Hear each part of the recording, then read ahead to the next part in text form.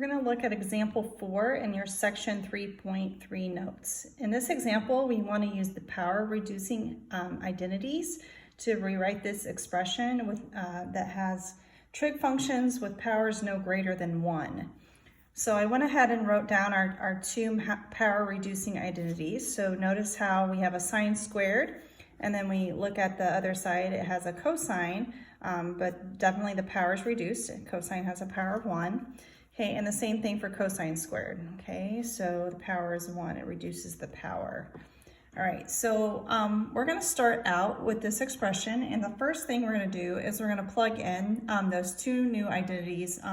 Instead of having thetas, we'll have x's. So 8 is going to stay there.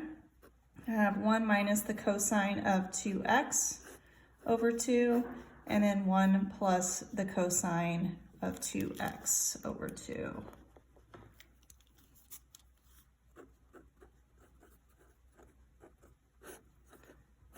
Okay, so now we want to do a little multiplication. So we can see that the denominator is 4, and then we have this 8 here. So 8 divided by 4 is going to leave us with a 2, all right?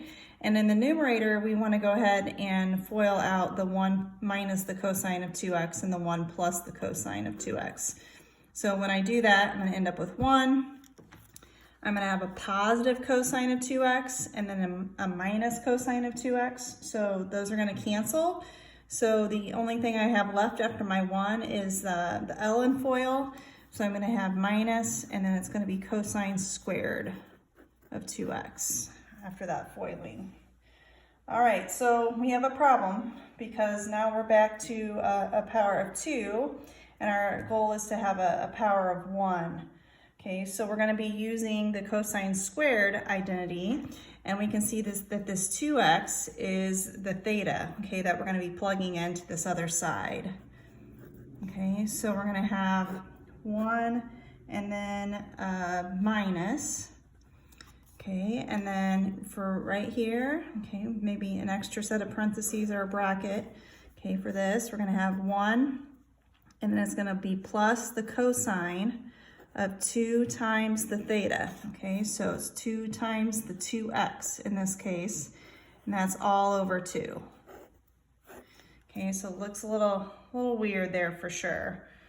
All right, so working this out, we could go ahead and distribute. So nice thing here is 2 times 1 is 2. Okay, if we distribute the 2 over on this side, the 2 is going to cancel with this 2. So we're going to end up with the minus sign, and then we're going to have 1 plus the cosine, and better off writing that as 4x right there. Okay.